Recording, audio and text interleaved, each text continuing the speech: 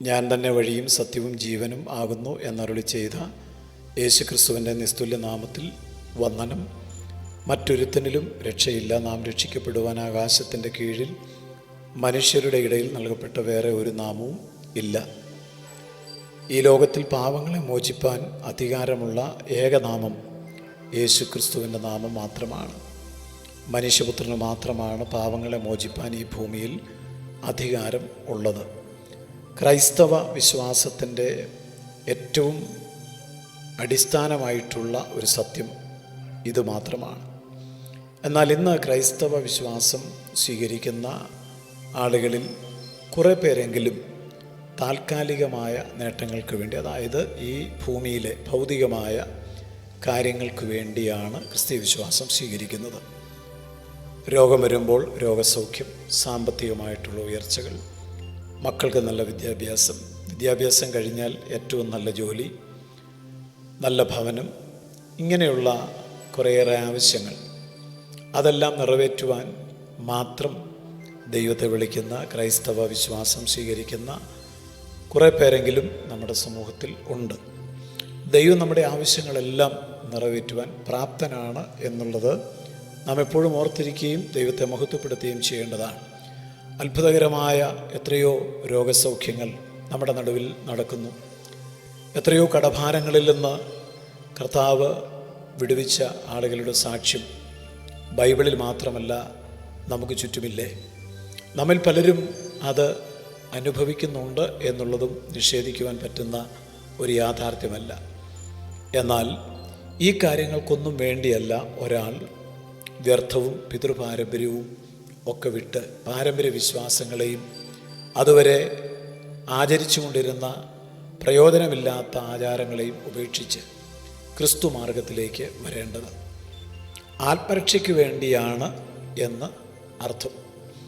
ലൗകിക ജീവിതത്തെക്കുറിച്ച് മാത്രം, അതായത് പൗലൂസിൻ്റെ ഭാഷയിൽ നാം ക്രിസ്തുവിൽ പ്രത്യാശ വച്ചിരിക്കുന്നത് ഈ ആയുസ്സിൽ മാത്രം ആണെങ്കിൽ, അതായത് ഭൗതിക കാര്യങ്ങൾ നടത്തിക്കിട്ടുവാൻ വേണ്ടിയുള്ള ഒരു മാർഗം മാത്രമായിട്ട് ക്രൈസ്തവ വിശ്വാസത്തെ നാം കാണുന്നുവെങ്കിൽ നാം സകല മനുഷ്യരിലും അരിഷ്ടന്മാരാകുന്നു എന്നാണ് പൗലോസ് അപ്പോസ്തലൻ പറഞ്ഞിരിക്കുന്നത്. തീർച്ചയായും അങ്ങനെയുള്ളവർ പിന്നത്തേതിൽ നിരാശപ്പെട്ടു പോകേണ്ടി വരും. കാരണം അവർ പ്രതീക്ഷിക്കുന്ന കാര്യങ്ങൾ അവരുടെ ജീവിതത്തിൽ പ്രതീക്ഷിക്കുന്ന സമയത്ത് സംഭവിക്കാതെ വരുമ്പോൾ നിരാശരായി പഴയതിലേക്ക് വിട്ടുപോകുന്നതിലേക്ക്, അതായത് തങ്ങൾക്ക് ഒരിക്കൽ വേണ്ട എന്ന് വെച്ച ആ വ്യർത്ഥമായ വിശ്വാസത്തിലേക്ക് തിരികെ പോകുന്നത് കാണുവാനായിട്ട് കഴിയും. സത്യാന്വേഷികളായി നമ്മെ സമീപിക്കുന്ന എല്ലാ മനുഷ്യരെയും ഭൗതികവും ശാരീരികവുമായിട്ടുള്ള അനുഗ്രഹങ്ങൾ പറഞ്ഞ് പ്രലോഭിപ്പിക്കുന്നതിന് പകരം യഥാർത്ഥ ആത്മീയത എന്തെന്നും യേശുക്രിസ്തുവിനെ അനുഗമിക്കുക, അതായത് ക്രിസ്തുവിൻ്റെ ശിഷ്യനായിട്ട് ജീവിക്കുക, അതിന് കൊടുക്കേണ്ടുന്ന വില എന്തെന്നും തങ്ങളെ തന്നെ ത്യജിച്ച് ഓരോ ദിവസവും കർത്താവിൻ്റെ വഴികളിൽ നടക്കേണ്ടതിൻ്റെ പ്രാധാന്യത്തെക്കുറിച്ചും ദൈവ സാന്നിധ്യത്തിൽ ജീവിക്കേണ്ട അതിൻ്റെ ആവശ്യകതയെക്കുറിച്ചുമൊക്കെ പഠിപ്പിക്കേണ്ടത് തീർച്ചയായിട്ടും ഈ കാലത്ത് വളരെ അത്യാവശ്യമാണ്. ഈ കാലത്ത് മാത്രമല്ല, എല്ലാ കാലത്തും ഒരാൾ ദൈവകൃപയിലേക്ക് വരുന്ന സമയം മുതൽ അതിനാവശ്യമായിട്ടുള്ള ആത്മീക ഭോജനങ്ങൾ, വചനങ്ങൾ ആ വ്യക്തിക്ക് കൊടുക്കുകയും ആ ദൈവവചനം അവർക്ക് കൊടുത്തവരെ പോഷിപ്പിച്ച് ആത്മീക ആരോഗ്യമുള്ളവരാക്കി ക്രിസ്തു ശിഷ്യന്മാരായിട്ട് ജീവിക്കുവാൻ അവരെ പ്രാപ്തരാക്കുകയും ചെയ്യേണ്ടത് എത്രയോ അത്യാവശ്യമാണ്. എന്നാൽ വചന ശുശ്രൂഷയിലും പ്രാർത്ഥനയിലും ഉറ്റിരുന്ന് ക്രിസ്തു പഠിപ്പിച്ച കൽപ്പനകൾ പ്രമാണിപ്പാൻ തക്കവണ്ണം ഉപദേശിക്കേണ്ട ആളുകൾ ഇന്ന് അതിന് പ്രാധാന്യം കൊടുക്കാതെ, ആളുകളെ പിണക്കാതെ, ആളുകളെ കൂട്ടുവാൻ, ആൾക്കൂട്ടമുണ്ടാക്കുവാൻ ശ്രമിച്ചുകൊണ്ടിരിക്കുകയാണ്. സഭയുടെ അംഗസംഖ്യ വർദ്ധിപ്പിക്കുവാൻ വേണ്ടി എന്തു വിട്ടുവീഴ്ചയ്ക്കും കോംപ്രമൈസിനും തയ്യാറായി കഴിഞ്ഞിരിക്കുന്നു ഈ അന്ത്യകാല സഭ എന്നുള്ളത് വളരെ ദുഃഖത്തോടുകൂടി പറയാതിരിക്കാൻ നിവൃത്തിയില്ല. എന്നാൽ വചനത്തോട് യാതൊരു കോംപ്രമൈസും ഇല്ലാതെ ക്രിസ്തു എന്താണോ പഠിപ്പിച്ചത് അത് പഠിക്കുകയും അത് പഠിപ്പിക്കുകയും അത് മറ്റുള്ളവരെ ഉപദേശിക്കുകയും ചെയ്യുവാൻ തീർച്ചയായും സഭകൾ തയ്യാറാകുമ്പോൾ അവിടെയെല്ലാം വളരെ അനുഗ്രഹമുണ്ടാകും. ശിഷ്യത്വത്തിൻ്റെ അഭാവം, അതിന് പകരം വെക്കുവാൻ മറ്റൊന്നുമില്ല. അതിനു പകരം കുറച്ചു നേരം തുള്ളിച്ചാടി ആരാധിച്ചതുകൊണ്ടോ എന്തെങ്കിലും മറ്റ് പ്രവർത്തനങ്ങൾ നടത്തിയതുകൊണ്ടോ സാക്ഷ്യപ്പെടുത്തിയതുകൊണ്ടോ ഒന്നും കാര്യമാകുന്നില്ല.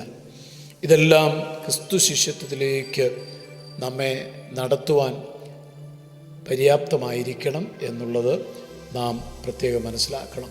ശിഷ്യത്വത്തിൻ്റെ അഭാവം ഇന്ന് വല്ലാതെ സഭകളെ ബാധിച്ചിരിക്കുകയാണ്. സഭകൾ പലപ്പോഴും ആളുകളെ കൂട്ടുവാൻ വേണ്ടി, ചെറുപ്പക്കാരെ സഭയിൽ ചേർത്ത് നിർത്തുവാൻ വേണ്ടി എന്തെല്ലാം കാര്യങ്ങളാണ് ചെയ്തു കൂട്ടുന്നത്. സ്പോർട്സും അതുപോലെ ലോകത്തിൽ മറ്റു മനുഷ്യർ ആസ്വദിക്കുന്ന, ലോകമനുഷ്യൻ ഉല്ലസിക്കുന്ന, സന്തോഷിക്കുന്ന അങ്ങനെയുള്ള കാര്യങ്ങൾ പോലും സഭയ്ക്കകത്തേക്ക് വലിച്ചിഴച്ചു കൊണ്ടുവരുന്ന കാഴ്ച യഥാർത്ഥത്തിൽ ലോകത്തോട് കോംപ്രമൈസ് ചെയ്തു എന്നുള്ളതിൻ്റെ അടയാളമല്ലേ? ദൈവമക്കളെ തീർച്ചയായിട്ടും വചനത്താൽ വേണം ആകർഷിക്കുവാൻ. മാതൃകയുള്ള ജീവിതവും ശരിയായ ഉപദേശവും ദൈവവചന പഠനത്തിൽ ഉത്സാഹിപ്പിക്കുകയും ചെയ്യുന്ന ഒരനുഭവം സഭകളിൽ ഉണ്ടാകുന്നുവെങ്കിൽ മാത്രമേ ചെറുപ്പക്കാരെക്കുറിച്ച് വേവലാതിപ്പെടുന്ന ആളുകൾക്ക് അവരെ ക്രിസ്തുവിന് വേണ്ടി നേടുവാനായിട്ട് സാധിക്കുകയുള്ളൂ. ചെറുപ്പക്കാർ സഭ വിട്ടു പോകാതിരിപ്പാൻ, ലോകത്തിൻ്റെ മാലിന്യങ്ങളിൽ ചേർന്ന് നടക്കുവാൻ അവരെ അനുവദിക്കുന്നത് ഒരിക്കലും ദൈവവചനപ്രകാരം ഉള്ള കാര്യമല്ല. അതുകൊണ്ട് ഞാൻ എൻ്റെ സഭയെ പണിയും എന്നരുളി ചെയ്ത കർത്താവ് സഭയെ പണിയുവാൻ നമുക്ക് സമർപ്പിച്ചു കൊടുക്കാം. ക്രിസ്തു ശിഷ്യത്വത്തിലേക്ക് നമുക്കെല്ലാവർക്കും നയിക്കപ്പെടുവാൻ കർത്താവ് കൃപ തരട്ടെ. സ്വർഗസ്ഥ പിതാവേ, അവിടുത്തെ വചനപ്രകാരം ഓരോ ദൈവമക്കളും ശിഷ്യത്വത്തിലേക്ക് നയിക്കപ്പെടേണ്ടതിന് പ്രാർത്ഥിക്കുന്നു. ക്രിസ്തുയേശുവിൻ നാമത്തിൽ തന്നെ ആമേൻ.